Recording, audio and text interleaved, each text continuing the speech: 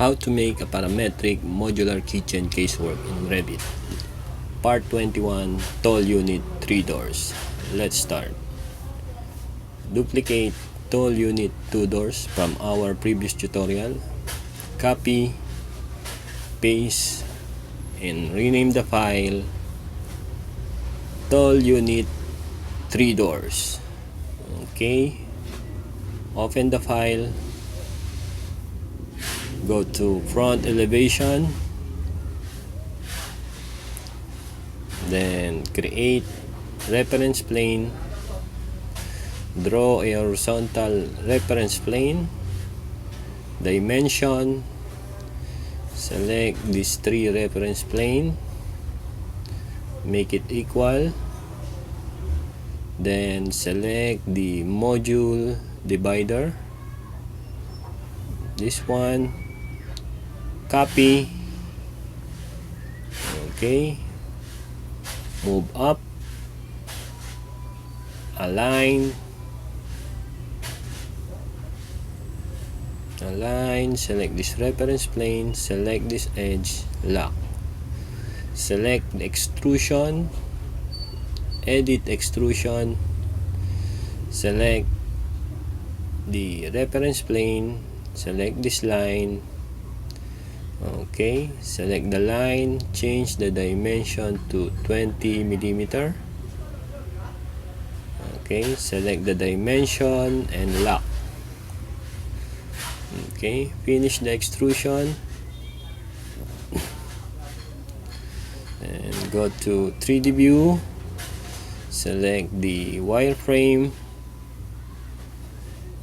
Okay, now let's test the parameter.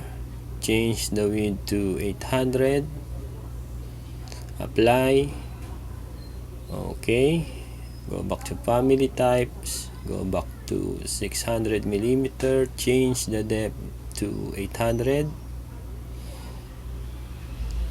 okay, select align, select this edge, and lock. Okay, go back to family types, change the depth to 650, okay, then select realistic, okay, let's go back to front, select the door,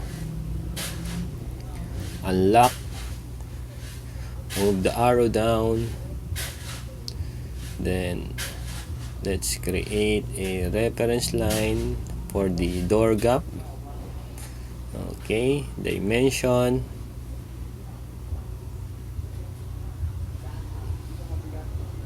select the reference plane, change the dimension to 6 millimeter gap, select the dimension and lock, okay, align, select this reference plane, select the edge of the door, lock, okay, select the door, make a copy, okay, select align, select this reference plane, select the edge and lock, okay, select this reference plane, select this edge, lock, okay, next let's select realistic, okay, go back to 3D view, zoom to fit, then save the family. Okay, load into the project, into our sample project.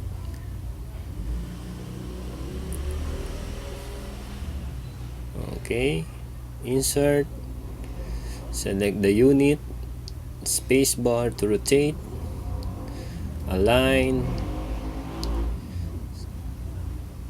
select the surface of the wall, select the back surface of the unit, select the unit, and let's move up, okay. Next, select the unit, mirror or select the edge, Okay, mirror, select the edge.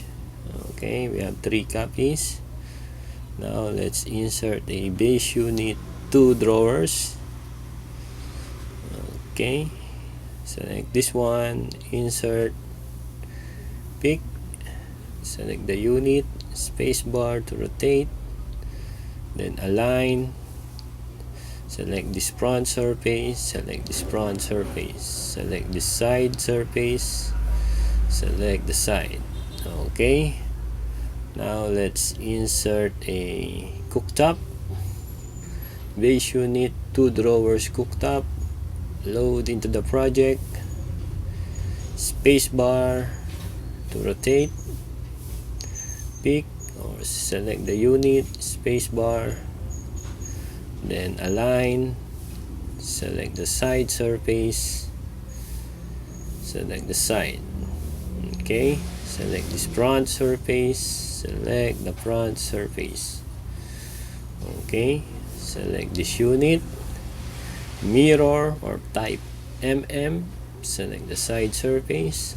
Okay, align, select the side, select the side. Okay, let's select this unit, mirror.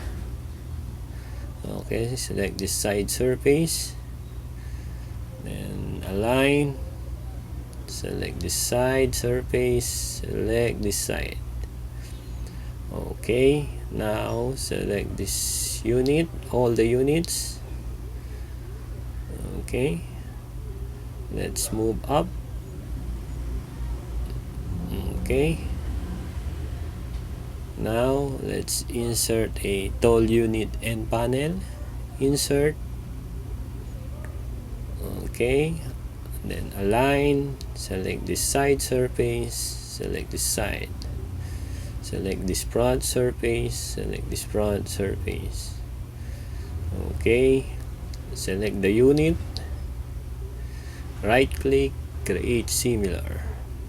Okay, insert, align, select this side surface, then select the side, select the front. Okay, then select this unit, create similar. Okay, pick, select the unit, spacebar to rotate, then select, go to edit type. Let's change the top trim finish to oak white door. Okay, then go to search, type oak. Okay, select the oak white door.